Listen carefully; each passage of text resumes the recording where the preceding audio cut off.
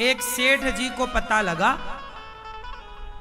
कि मैंने जो कमाया है वो सब यहीं रह जाना है, तो उन्होंने घोषणा कराई कि कोई ऐसा व्यक्ति जो ये बताए मैंने इतना कमाया, यदि सब यहीं रह जाएगा तो मतलब क्या। मैं चाहता हूं कि जितना कमाया हूं मेरे संग जाए, तो जो मेरे संग ले जाने की व्यवस्था कराएगा मैं उसे धन बहुत सारा इनाम दूंगा।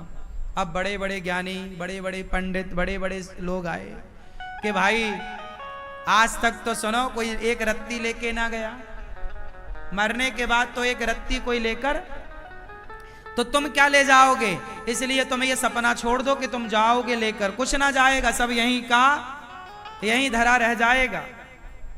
उस आदमी ने जिद पकड़ ली ना, आप बताओ कि ये कैसे जाएगा। तब एक संत जी आए, नारायण नारायण जपते हुए, श्रीमन नारायण। ए भैया क्या भीड़ लगा रखी है।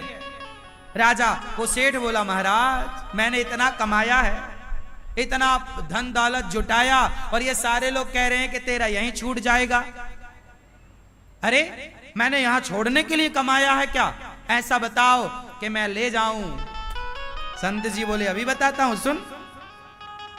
तू सब क्या क्या लेके जाना चाहता है। बोले, मैं सब कुछ लेकर जाऊंगा, जो मैंने कमाया है मेरे संग जाएगा तब तो मजा आएगा, यहां छोड़ गया तो क्या मजा है। तो संत जी बोले, फिर सुन, ये 100 रुपया है। बोलो हाँ। क्यों ये 100 रुपए है। बोलो हाँ। संत जी ने कहा, ये बता, ये 100 रुपए भारत का 100 रुपए है, क्या अमेरिका में इसकी वैल्यू 100 रुपए है। बोलो, क्या अमेरिका में इसकी वैल्यू 100 रुपए है, तो कितनी है।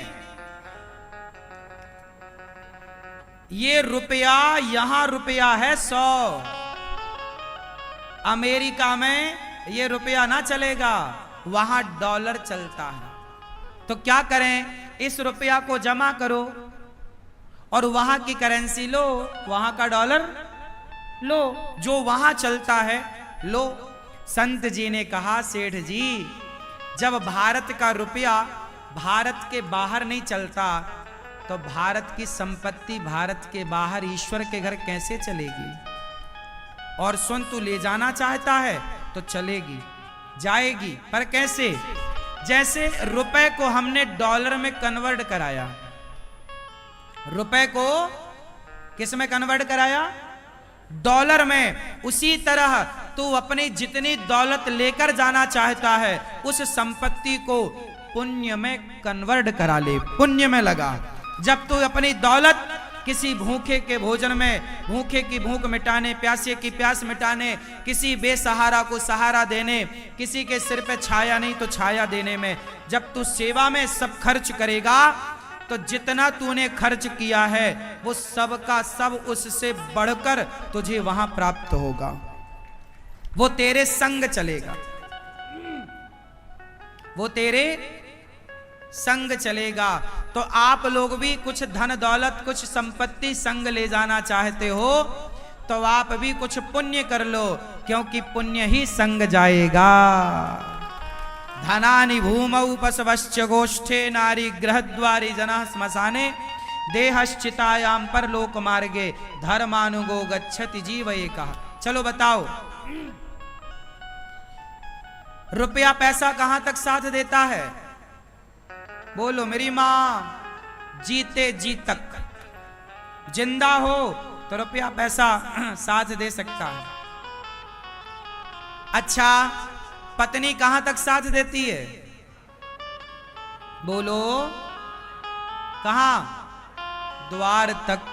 धनानि भूमौ, धन संसार तक, पशवश्च गोष्ठे, पशु पक्षी गौशाला घुड़शाला तक साथ देंगे। नारी गृहद्वारी, नारी दरवाजे तक साथ देगी। नारी गृहद्वारी, जनः श्मशाने, लोग शमशान तक साथ देंगे। देहश्चितायाम, ये शरीर चिता तक साथ देगा। ये शरीर कब तक रहेगा, चिता तक, और चिता पे जल जाएगा तो शरीर भी साथ नहीं देगा। देहश्चितायाम, परलोक मार्गे। परलोक का मार्ग जब जाओगे तो पत्नी द्वार तक रहेगी, पैसा यहीं रहेगा, शरीर भी छूट जाएगा। फिर कौन जाएगा? धर्मानुगो गच्छति जीव एकहा। आपके साथ कोई जाएगा तो धर्म जाएगा। धर्मानुगो क्या जाएगा? धर्म। कौन? आपके संग। इसलिए मेरी माता धर्म कर लो। इसलिए कहता हूं पाप ना हो, अधर्म ना हो, शरीर से केवल धर्म ही धर्म हो। धर्म क्या है? अब बताओ धर्म क्या है? धर्म क्या है? आप बताओ धर्म किसे कहते? क्या है धर्म? बोलो। धर्म क्या है? किसी को मारना धर्म है क्या? फिर धर्म क्या है?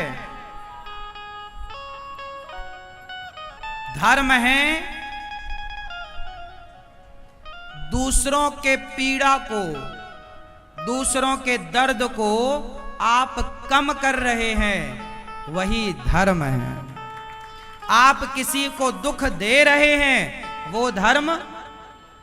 आप किसी के दुख को, दर्द को, पीड़ा को कम कर रहे हैं, मिटा रहे हैं, वो धर्म है।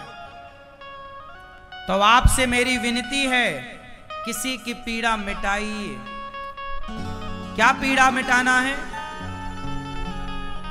इसलिए ये दास अनिरुद्ध केवल कहकर नहीं, आप सभी को करके बताने का प्रयास है कि जब आपको करके बताया जाएगा तो वो ज्यादा प्रभाव पड़ेगा। कह के बताने से प्रभाव नहीं पड़ता।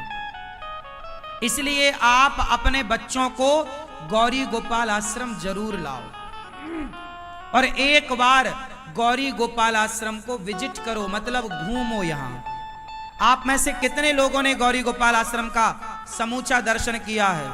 प्रत्येक कोने कोने में जाकर गए हो? आप लोग जाओ, गौरी गोपाल आश्रम भ्रमण करो। सामने वाला जो आश्रम है वहां जाना, वृद्ध माताएं रहती हैं। यहां भी वृद्ध माताएं रहती हैं, यहां भी वृद्ध माएं हैं, सामने वृद्ध माएं हैं। आप सवेरे आओ, यहां सवेरे संतों की भीड़ मिलती है आपको। जानते हो वो भीड़ काहे के लिए होती है? यहां सभी संत आते हैं, यहां गौरी गोपाल अन्न क्षेत्र बंटता है, सबको अन्न दान किया जाता है, सबको पेट भर भोजन कराया जाता है। वाह! जब आपकी रोटियां संत खाएंगे तो वो संत खाकर आपको क्या देंगे? आपके पास देने को रोटी है, आप रोटी दीजिए। संत के पास पुण्य है, वो जाप करेगा मंत्र का और वो पुण्य पा करके आपकी ओर कि भाई तुम ये पुण्य ले लो। इसलिए शास्त्रों ने कहा है कि दानम दुर्गति नाशनम। सुनो, मैंने बहुत पहले चिड़िया की कथा सुनी, कहो तो सुनाओ। सुनाओ, सुनो।